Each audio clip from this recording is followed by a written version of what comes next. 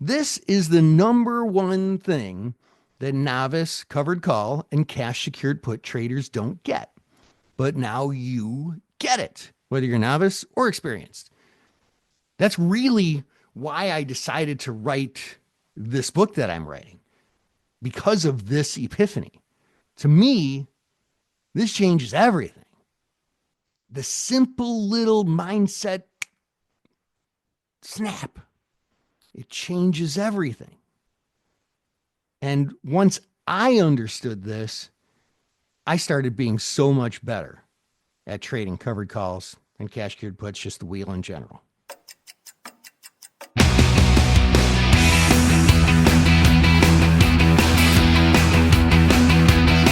Hello, Wealth Builders.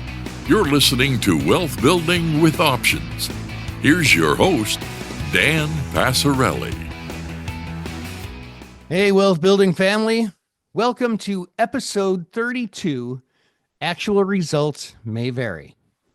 But before we jump into today's episode, let's talk about how you can get the most out of the Wealth Building with Options community. Help grow the Wealth Building with Options community by subscribing to it in your favorite podcast app. And if you're already a listener, you can support the show with a paid subscription. When you do, you'll get video extra podcast episodes so that you can get hands-on video training on things we talk about in the show. Subscriber-only posts where I drill down on a stock, event, or trading opportunity and share trade ideas. You'll get all my covered call and cash secured put trades that I'm making in my real brokerage account. You'll get access to our monthly online Ask Me Anything webinar, and you'll get our unusual options activity alerts on options income trades, and actually you get a whole bunch more too. The best part is your paid subscription helps keep this show on the air. So I'd like to take a minute to thank our newest paid subscribers. Welcome, Andrea K. Welcome, Abu N. Welcome, Mitch S. Welcome, Mark B, old friend Mark B. Welcome it back into the fold here, man. I'm glad you're a part of this. Welcome, Tim D. Welcome, Paul. Welcome, Nickett G. And welcome, Aaron R. To join this list of wealth building paid subscribers, just go to wealthbuildingpodcast.com and choose your subscription level. So last night I went out to dinner with a friend of mine that, man, I haven't seen in a long time, and it was really nice to see him. And we were catching up on things, and he was telling some stories about some concerts he went to and vacations he's been on since I last saw him. And he was talking about going to a casino somewhere. I forget where he even said. And he was playing craps, and he said that he's got this friend of his whose thing is he'll put money down on the hard eight and just press the bet. I think that's what they call it. Press the bet, right? I've played craps, intermittently a lot over my lifetime, but I haven't played in a while. So press the bet, which basically means if you win, you just leave all your winnings sitting out there and let it ride. So he starts out, he's playing, and he's like, I'm going to do what my friend does, right? So he puts $5 on the hard eight. Now the hard eight pays 9-1. So he's playing and boom, hits it. Right. So he presses it. He leaves it all out there. And basically, if I'm not mistaken, the way it works is if the roller gets a 7, it's over. If the roller gets an easy 8, it's over. Pretty sure that's how it works. But anyway, it doesn't matter the story. So he leaves it out there. So let's see. 5 times 9-1. So he's got $45 out there. Okay. So he's playing, boom, another hard 8. 45 times 9 to 1. Now he's got $405 out there. So he lets it go. Boom! Another hard eight. Now he's got 405 times 9. He's got $3,645 out there. Now, my friend was like, yeah, I'm going to take some of that out there, but I'll leave the 405 that I had, you know? And wouldn't you know it, he hits it again. He should have left the 3,645 out there, but he hits it again. So he's got another 3,645, takes that, leaves the 405 out there and hits it again. So he's got like $12,000 or something. Isn't that crazy from a $5,000 bet? So now he's like, yeah, now I always play it. And he's like, and I haven't hit it like that ever since. I've been losing on it ever since then, which kind of makes sense. You have streaks. And when you have something like, I don't know what that is, 1,000,000 to 1 or something like that, to hit it 5 times in a row, I mean, it's at least hundreds of thousands. So he said that ChatGPT told him it was 1,000,000 to 1, but I didn't fact check him.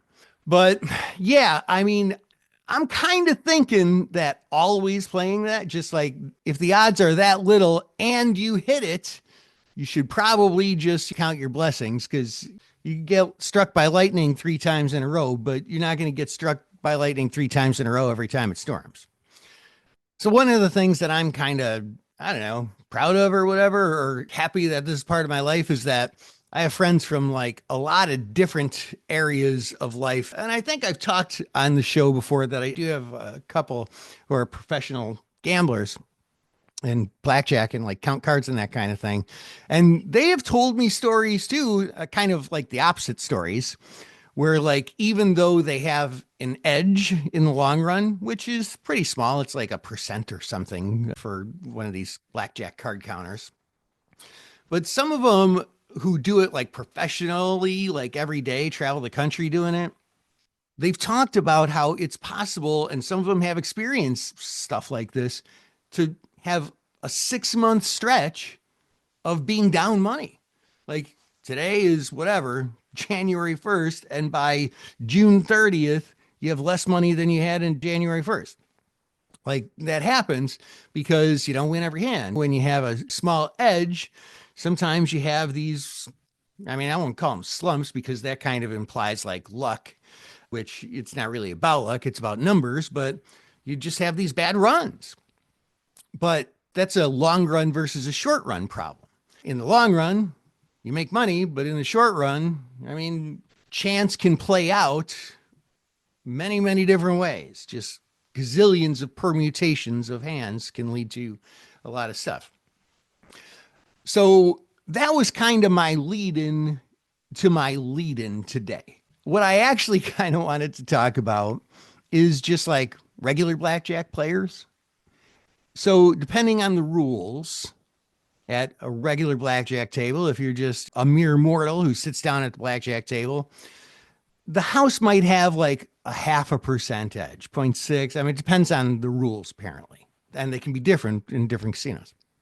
So statistically, if the house edge is a 0.5%, that would mean that every $10 you bet, you're statistically going to lose a nickel. And if you bet $10, like you can't lose a nickel. You can either lose $10 or you can make $10.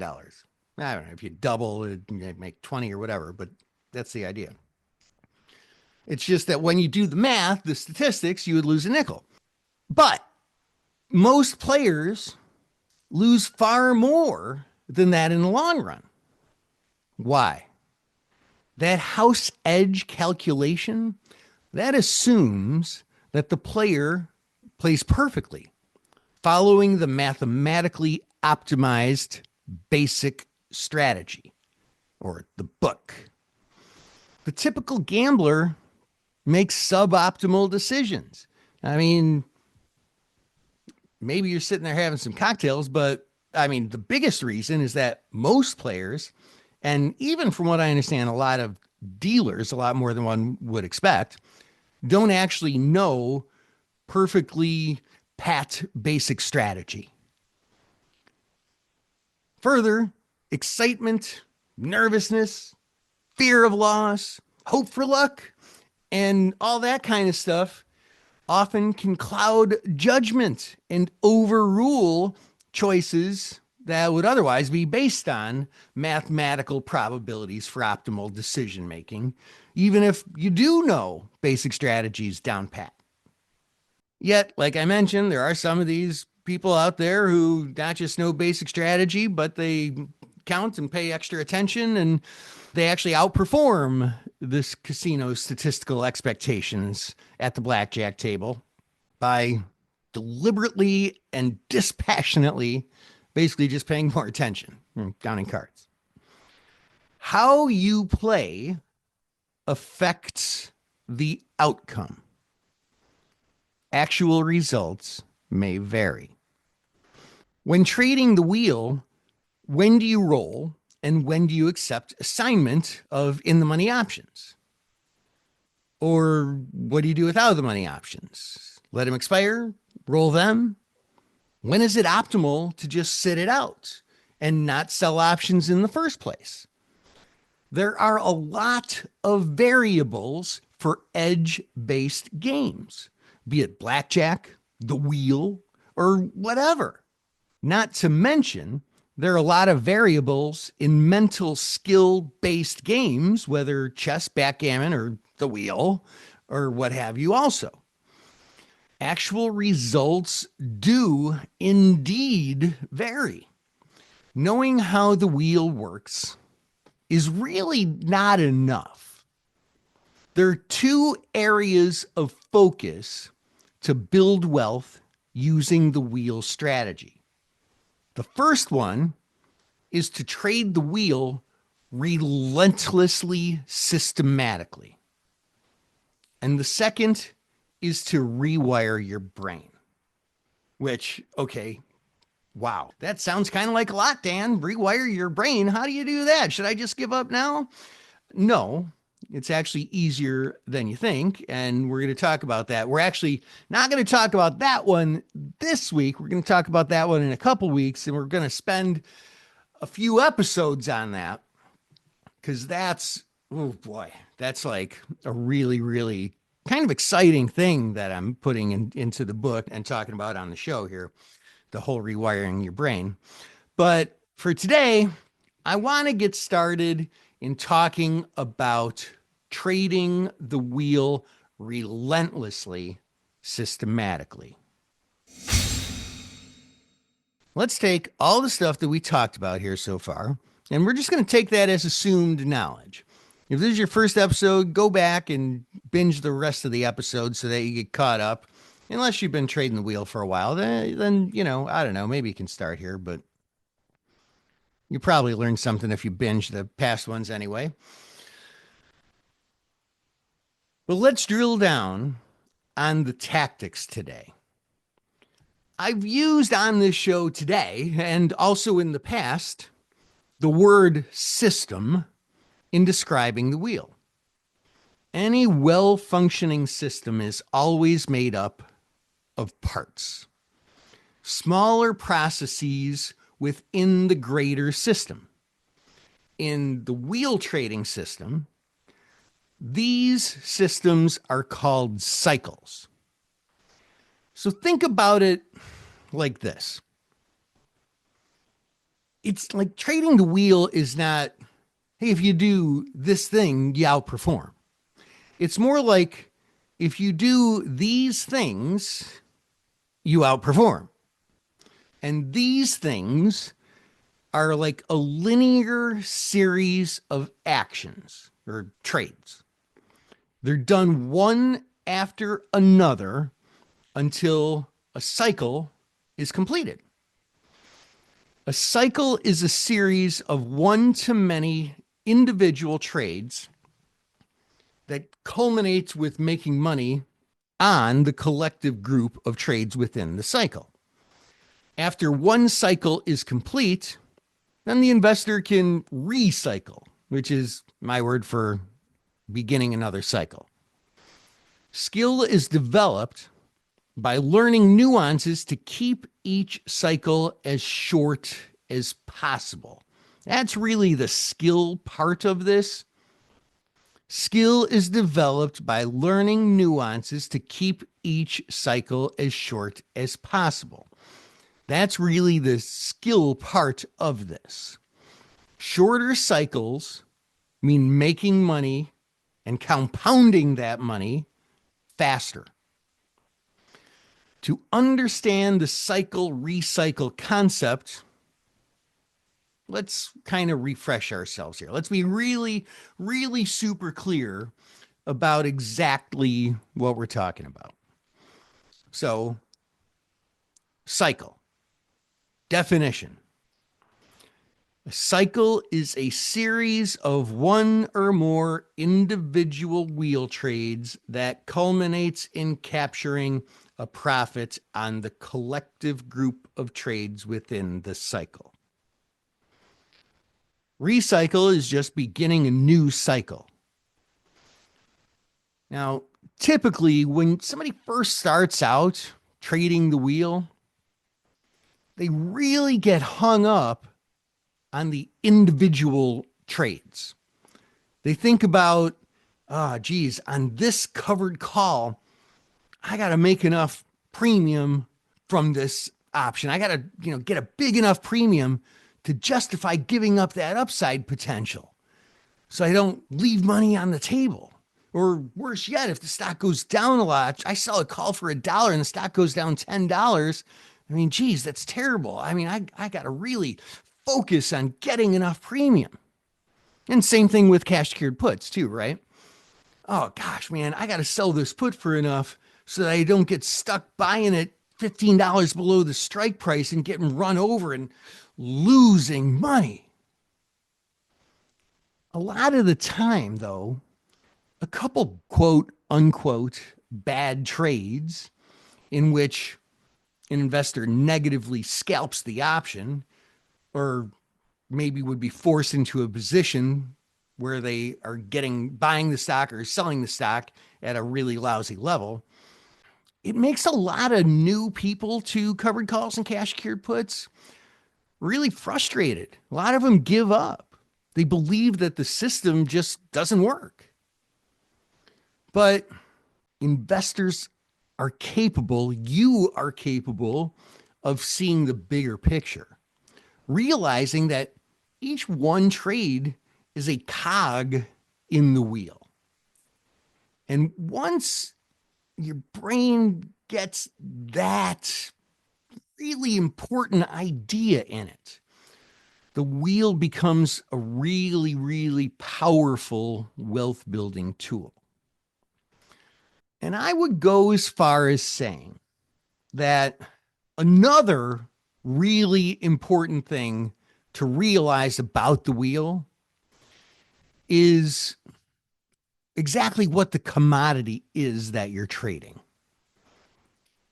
The commodity actually isn't the option premium. You think it is, because on the surface it is. I sell these calls at $1, and later I buy them back at a nickel. Maybe, I roll it into another one. Okay, I made 95 cents on that. But that's not really the commodity when you're really focused correctly on it. The commodity is the number of trades within a cycle that it takes to capture that option premium. And the lower, the better. The fewer the trades, the better. Now, the novice folks, they think it's got to be one trade, but it doesn't. Focusing on the number of trades within a cycle is how wins are measured in this game. It's how skill is measured in this game. So let's kind of chip away here at the surface a bit, shall we? Let's say an investor owns 100 shares of good old WXYZ stock and sells a covered call on that stock. So, okay, let's put some numbers on it. All right. Again, put this in your mind's eye. Don't close your eyes, especially if you're driving or running or walking or doing something where you're supposed to have your eyes open. We're long 100 WXYZ at $165.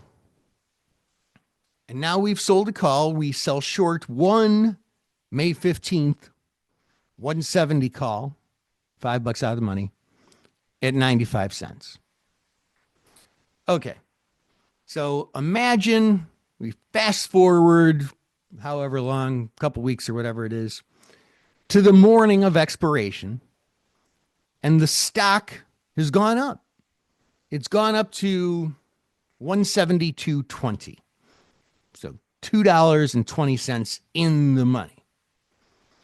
So right now the call is offered, we'll say at $2.35, 15 cents over parity, intrinsic value.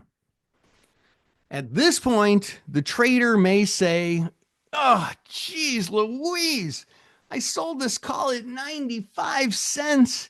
If I buy this back at $2.35, oh man, I lose $1.40. This is terrible. This is the end of the world. Well, that is not the way to think about it. But so many people do. I like to say, like all good lies, it's rooted in truth. But it uses some flawed logic.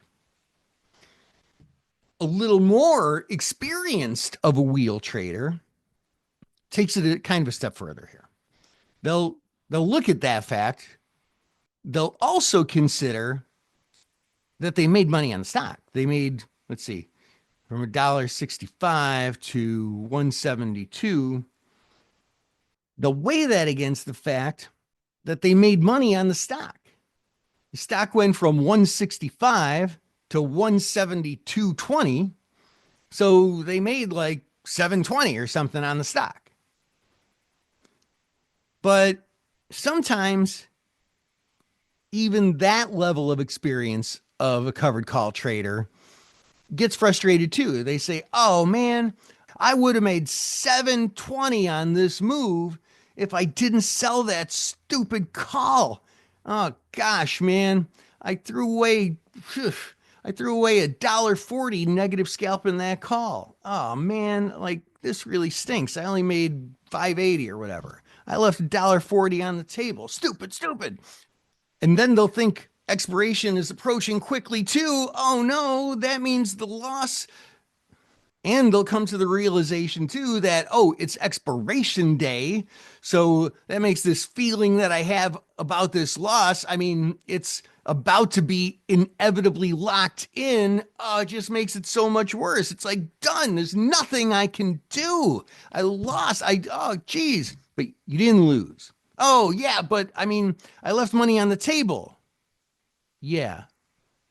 But the really experienced recycle traders, they acknowledge that it's not over.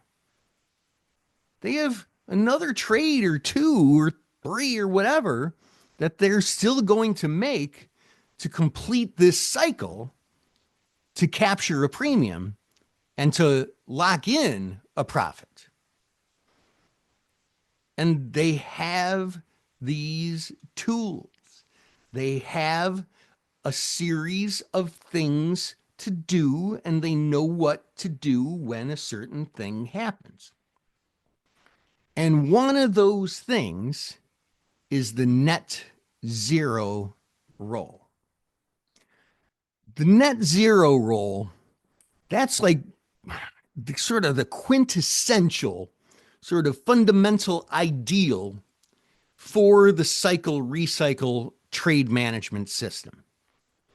The net zero roll is the building block for a lot of other management techniques that we'll explore as we go through more episodes. When the option component of an individual wheel trade loses, right? Stock goes through your covered call strike. You got to buy it for more than you sold it for. The net zero roll is a framework for transferring the loss from money to time. All right. Let me say that again. When you lose money on the option trade, doing the net zero roll is a way to transfer the loss from money to time. Pretty interesting, right? So let's look at this from a covered call example. In our example, if this trader who, again, sold the May 15th 170 calls at 95 cents and now is looking at a 230 offer because the stock's at above it at 172.20, looking at losing $1.40. Here's the way that the trader would do the net zero roll. They're going to buy back, so buy to close that short call, the 170, the May 15th 170 call, and they're going to roll it up and out for even. So the other leg of this trade, of this roll, is to sell to open a new call up at a higher strike and out at a further outdated expiration, longer dated expiration for even money. Now, I just said a whole bunch of like lingo sort of stuff. And tell you what, learning anything, just the words, learning the words is just the hardest part. So, first thing, roll is when you close one option and open another as a single trade. Okay. Up and out, rolling up and out means, well, obviously you're closing the one you have on, and the leg, the other option you're putting on is up at a higher strike and out to a longer dated expiration. Up and out.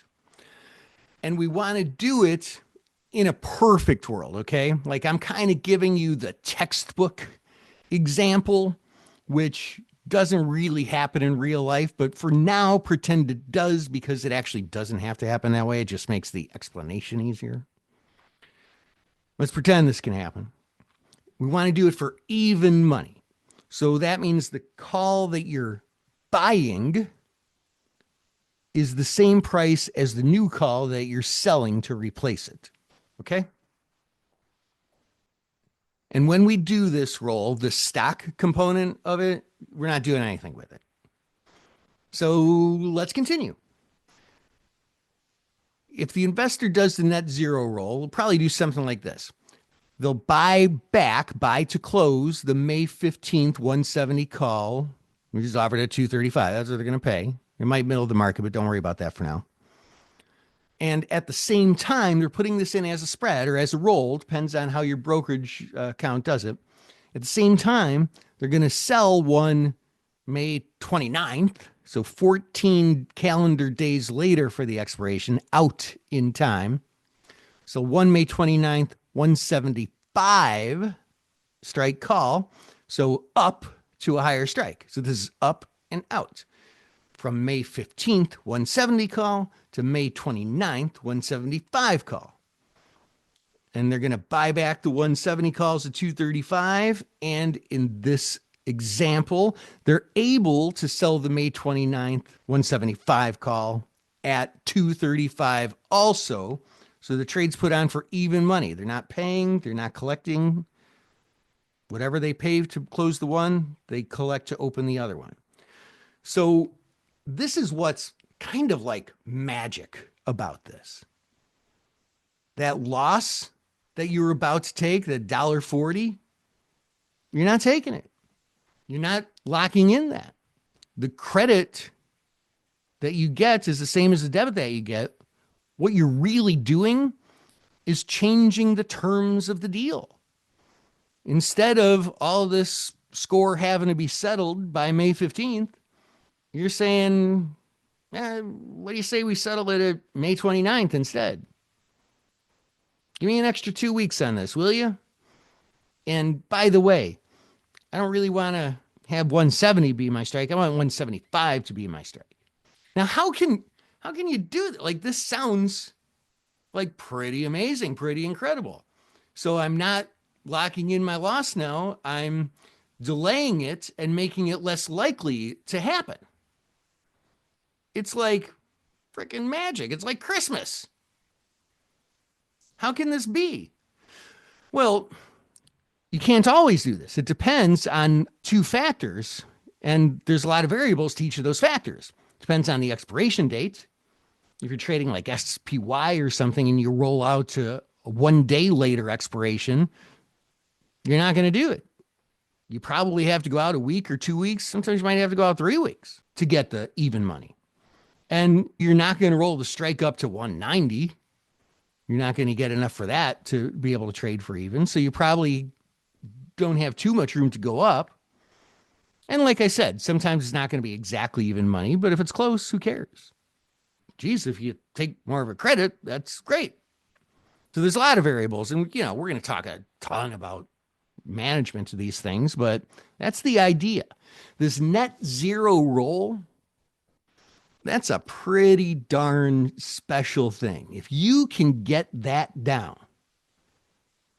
and you just have like a C average understanding of the things we've talked about so far, but you really get the net zero roll, I think you got a pretty good chance of being great at this.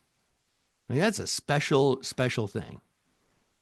Now, this up and out roll is technically called a diagonal because you think about a vertical spread, which is two different strike prices, same expiration, and a horizontal spread, which is same strike price, two different expirations. Well, this is a combination of horizontal and vertical, which is diagonal. I don't know. These people who made up these options strategy names, I mean, some of them are created. They're like smoking something when they came up with iron condor and some of these things, broken wing butterfly. But this one, I don't know if you get a whole bunch of creativity for, well, let's combine vertical and horizontal and call it diagonal. Yeah, I don't know. But either way. So it's technically called a diagonal, and some platforms you might have to enter it that way. But because this diagonal is a roll in and of itself, the net effect is the investor ends up with a higher strike and, in this case, 2 more weeks to expiration. So they're deferring, recognizing a locked-in loss to a future date and having a better chance at turning it into a winner. Like I said, magic. There are a few different ways to intellectualize the process, or, well, the numbers, the mechanics of the net zero roll. And the best way is to consider the debits and credits of the trade within the cycle. That's it. Turn it into just arithmetic. Super easy. It's like so much easier than you think once it clicks. So far, we're looking at a 2-trade cycle, right?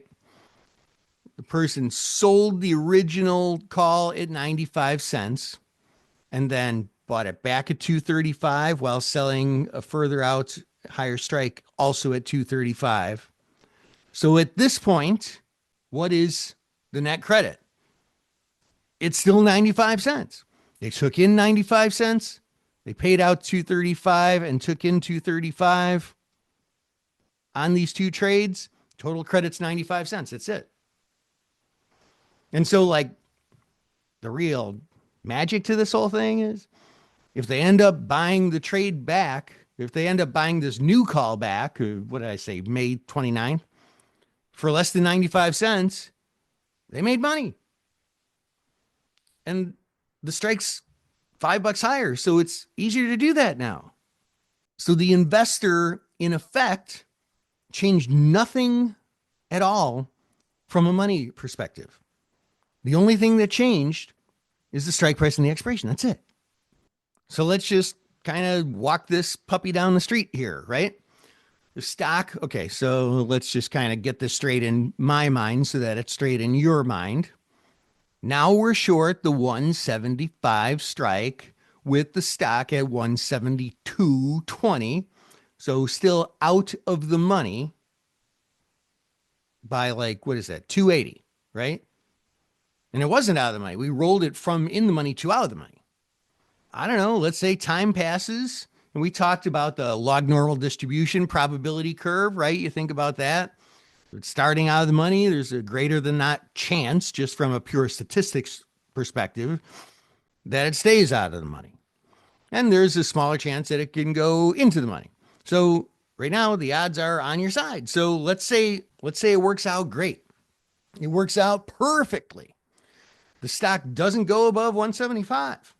We get around to expiration day. Stock's 5-cent bid at a dime.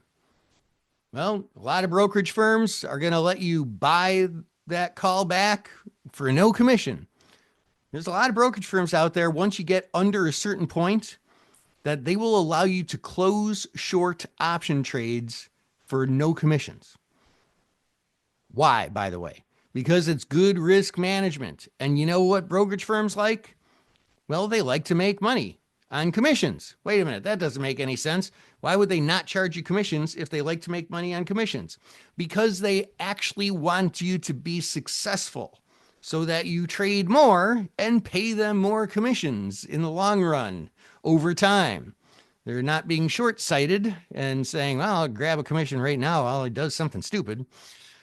Instead, I'm going to encourage him to do something smart and forego a commission this time so I can get him over and over again in the future because he makes good decisions. So anyway, everything works out perfectly. The stock now stays under this new strike of 175, and the market is nickel bid at a dime.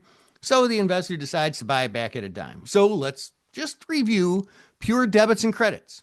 All right. That's all we're going to think about. Initial trade, credit, 95 cents. The roll, paid 235, collected 235. That's a wash. The close, paid 10 cents. Okay, so really it's 95-cent credit, a wash, 10-cent debit. They took in, over these 3 trades, really, a total of 85-cent credit. Now, look, what they wanted to do is they wanted this to happen on the first trade. They wanted to sell it at 95 cents, have expiration come around, buy back at 10 cents. Boom.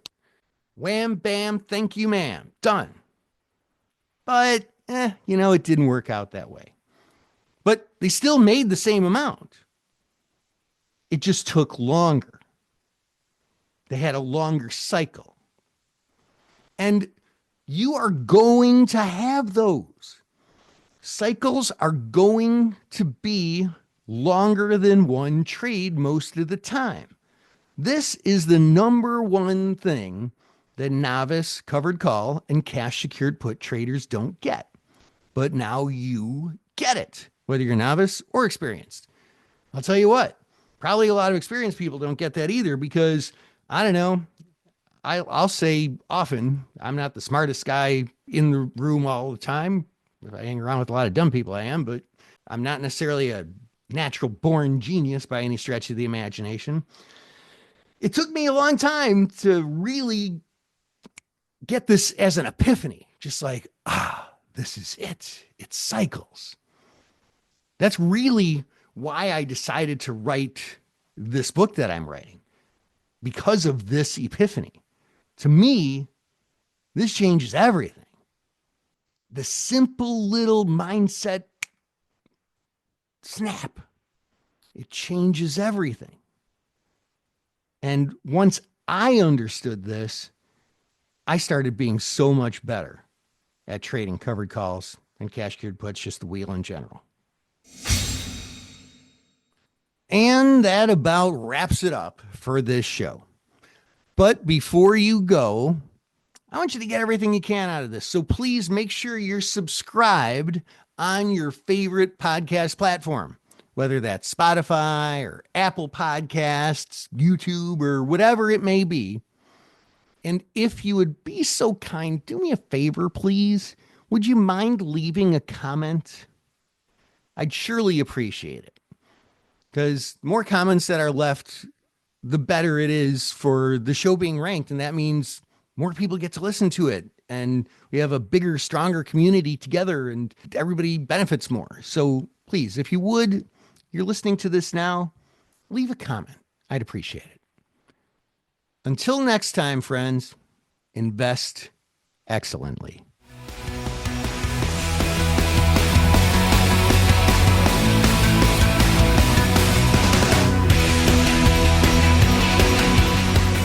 Options involve risk and are not suitable for all investors. Before buying or selling an option, read Characteristics and Risks of Standardized Options. A link is provided in the show notes. To learn more about your host, Dan Passarelli, please visit markettaker.com.